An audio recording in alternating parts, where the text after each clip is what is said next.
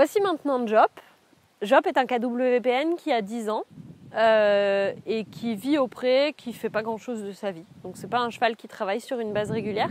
Donc c'est intéressant de voir un cheval d'âge mûr, puisqu'on va partir du principe que passé 8 ans, le cheval est arrivé à l'âge adulte. Donc on n'est plus sur un cheval en croissance, on est sur un cheval adulte vraiment. Mais qui pour autant ne fait rien. Donc on va essayer d'analyser avec lui comment la conformation est impactée par le manque d'activité et le fait justement de ne pas être utilisé pour ce pourquoi il est né, à savoir être utilisé sous la selle. Et est-ce que ça a dégradé sa posture et sa locomotion d'une certaine façon. Voilà, donc il y a un peu de vent, donc Jop est un peu inquiet. Je vais me tenir un peu à distance pour ne pas me faire sauter sur les pieds. Donc, en prenant un peu de recul, la première chose qu'on peut voir, c'est que Jop est un cheval qui est un peu trop en état, on va dire ça comme ça. Il est, par rapport à sa structure, par rapport à sa conformation de base, il est en surpoids. Il a très clairement le ventre qui est complètement gonflé, qui est complètement tendu et qui n'est même pas forcément très sain parce que, vu le regard qu'il m'a lancé quand j'ai commencé à lui toucher la panse, à mon avis, il est ballonné et c'est pas très agréable pour lui. Quand on observe ses réactions, juste le simple fait de passer la main dessous, là, ça lui fait coucher un peu les oreilles, il a l'œil inquiet.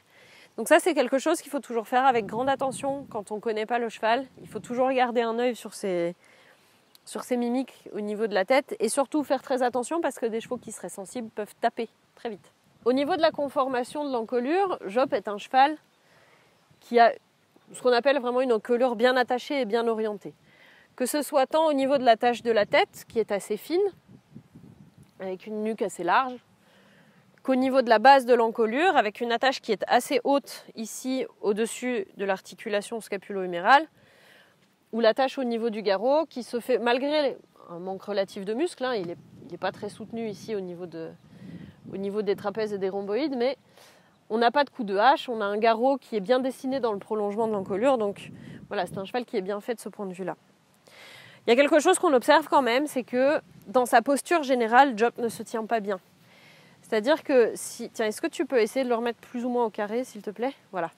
Quand on met le cheval à peu près au carré, ce qu'on voit, c'est que ses aplombs ne sont pas vraiment verticaux, ils forment un V. Donc Jop est ce qu'on appelle sous lui du devant, c'est-à-dire que l'aplomb de ses antérieurs n'est pas vertical, il est plutôt incliné vers l'avant. Et à l'inverse, ses postérieurs sont à leur tour plutôt sous lui du derrière. Il se tient d'ailleurs sur la pointe des sabots à l'arrière, il n'est pas franchement appuyé sur ses talons. Et donc ça, c'est une posture qui est assez caractéristique d'un cheval qui cherche à soulager quelque chose. Et c'est pour ça aussi que le cheval a du mal à rester au carré et qu'il a du mal à rester stable sur ses appuis.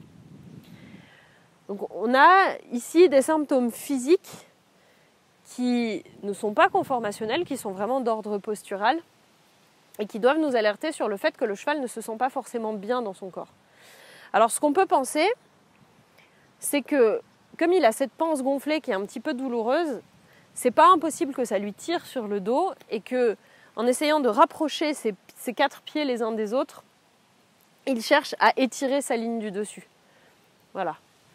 Et le cheval, n'ayant pas beaucoup de possibilités de faire des étirements par lui-même, il va chercher des attitudes de compensation qui vont lui permettre d'être un peu plus à l'aise avec son corps.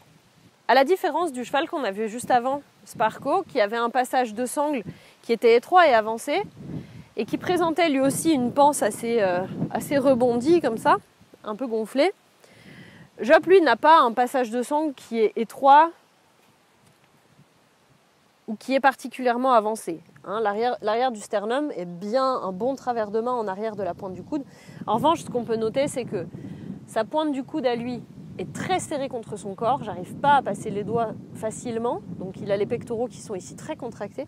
Et surtout, son sternum est complètement affaissé.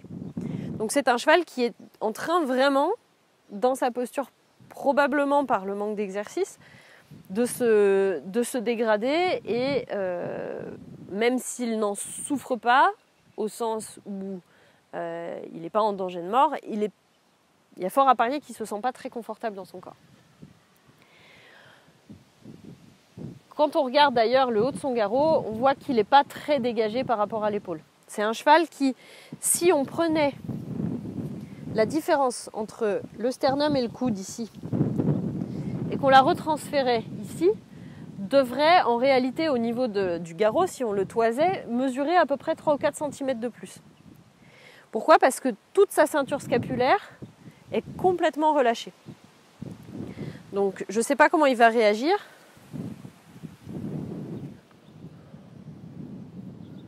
Voilà, si on lui fait contracter un petit peu ses pectoraux et qu'on lui fait remonter, on voit bien que là, le garrot, par rapport au haut de l'épaule, il est remonté déjà de plusieurs centimètres. Mais bon, ça c'est une attitude qui pour lui n'est pas du tout naturelle. Mais regardez, quand je fais ça, je peux tout de suite mieux passer ma main derrière la pointe de son coude. Donc ça c'est une attitude qui serait probablement plus confortable pour lui à long terme, mais il va lui falloir un peu de travail pour remuscler cette zone-là et pouvoir maintenir cette attitude-là. Donc c'est un cheval qui a un garrot qui est assez joli, qui est assez long. Il a, même outre le fait qu'il soit un peu ballonné, il a une cage thoracique plutôt large, des épaules assez larges et il a des articulations assez solides derrière. Donc c'est typiquement un cheval d'obstacle, hein, avec une croupe bien longue, une épaule haute mais assez inclinée et un sacrum et un rein assez court. Donc c'est vraiment un cheval qui a des très gros points de force derrière. Donc on peut imaginer que si aujourd'hui, avec un petit peu de travail, on le remettait sur les barres, il pourrait s'en sortir de manière assez acceptable. Maintenant, ce qu'il va falloir regarder, et d'après ce qu'on m'a dit, c'est que c'est un cheval qui n'a pas une locomotion très facile. Donc on va analyser tout ça.